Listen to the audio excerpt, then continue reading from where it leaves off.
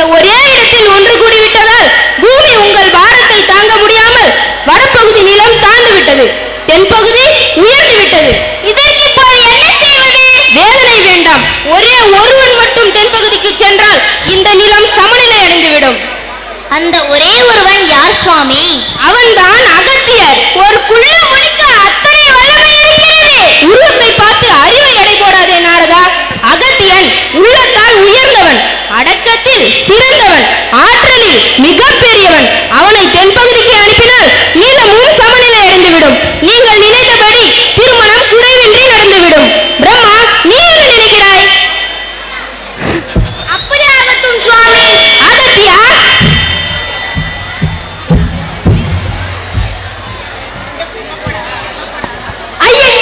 என்னை யாராற்றிய பரம்பொருளே, எழுத்து கூட்டி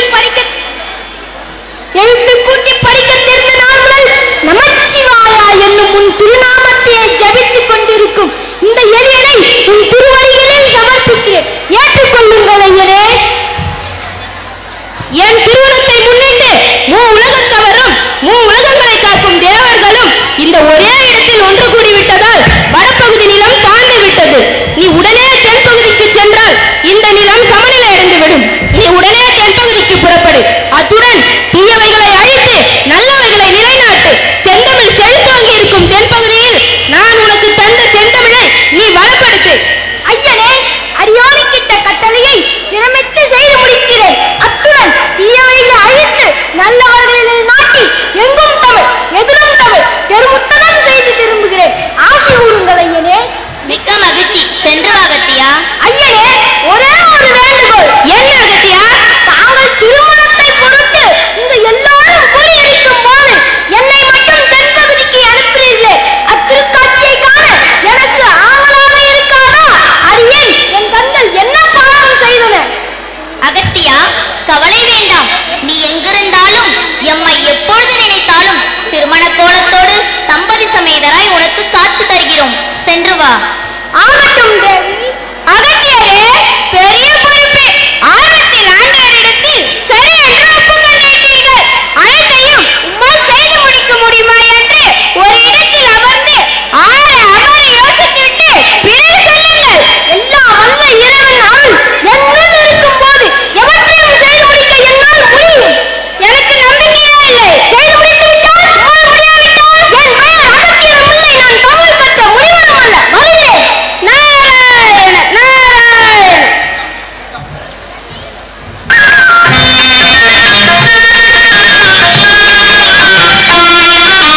தாயிறந்த கோவிலும் இல்லை, தந்தை சொல் மிக்க மந்திரம் இல்லை, ஆயிரம் உறவில் பெருமைகள் இல்லை, அன்னை தந்தையே அன்பின் எல்லை. தாயிறந்த கோவிலும் இல்லை, தந்தை சொல் மிக்க மந்திரம் இல்லை, ஆயிரம் உறவில் பெருமைகள் இல்லை, அன்னை தந்தையே அன்பின் எல்லை. தாயிறந்த கோவிலும் இல்லை, தந்தை சொல் மிக்க மந்திரம் இல்லை.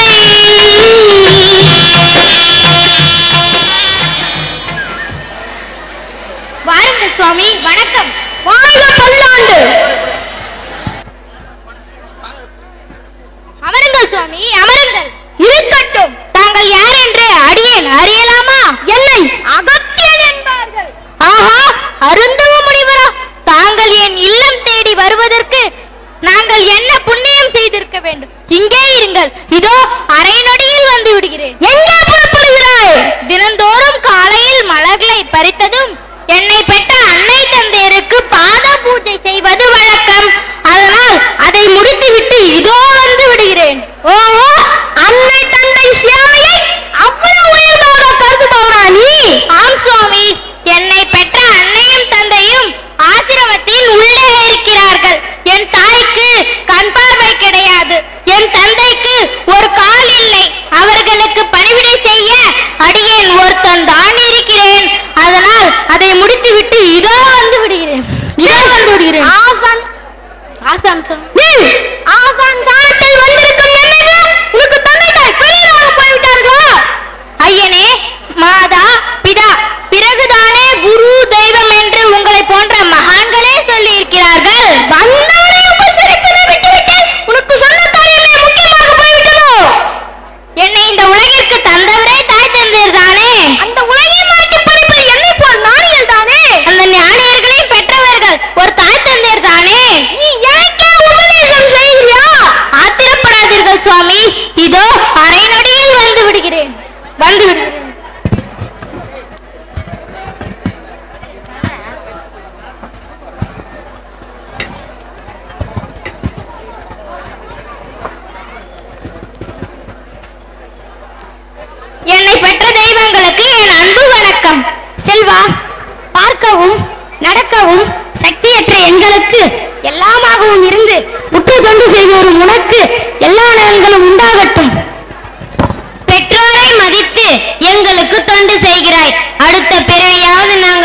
தொண்டு செய்ய ஆண்டவன் அருள் புரிய வேண்டும் அப்பா.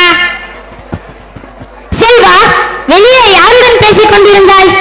அகத்திய முனிவர் நம் ஆசிரமத்தை நாடி வந்திருக்கிறார் அப்பா. என்ன, அகத்திய பெருமானா? அருந்தவ முனிவராயிற்று, அவரை வெளியே காக்க வைத்து விட்டா நீ இங்கே வந்தாய்? ஆமாப்பா, பெற்றவர்கள் திருவடியை வணங்கிவிட்டு வருகிறேன். அதுவரை சற்று பொறுங்கள் என்று சொல்லிவிட்டு தான் வந்தேன். காக்க வைத்ததன் காரணமாக அவர் ஏதேனும் சாபமிட்டு விட்டால்? புறப்படுங்கள், நடந்த தவறுக்கு நாமாவது மன்னிப்பு கேட்போம்.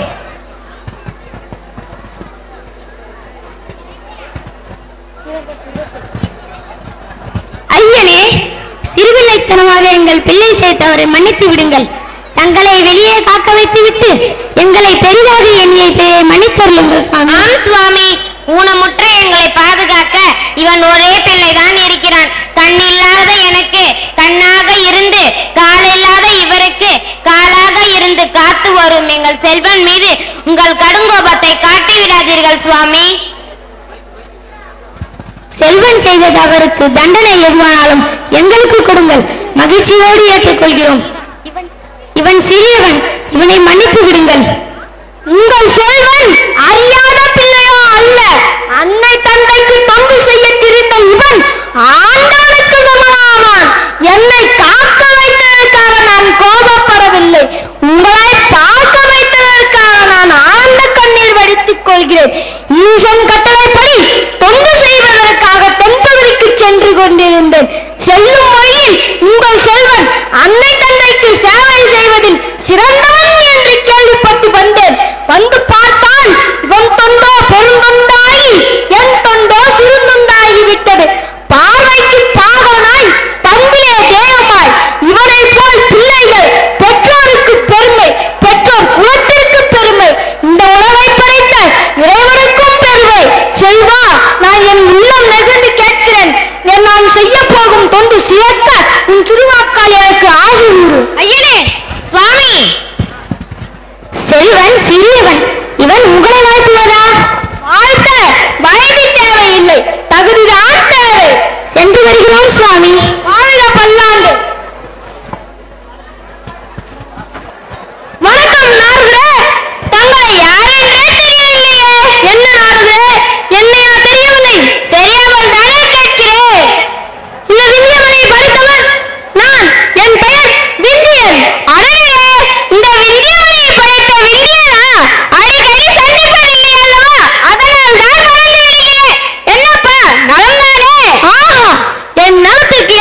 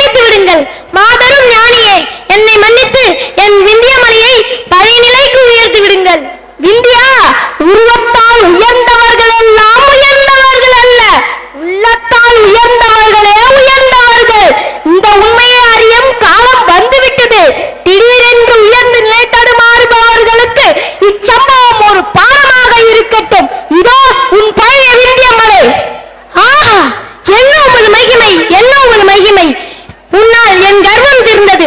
உன் பாக்கியம் என் கண்களுக்கு கிட்டின. இனி இந்த விந்தியன் உமது சேவனாகும். வணக்கம். வாழ்க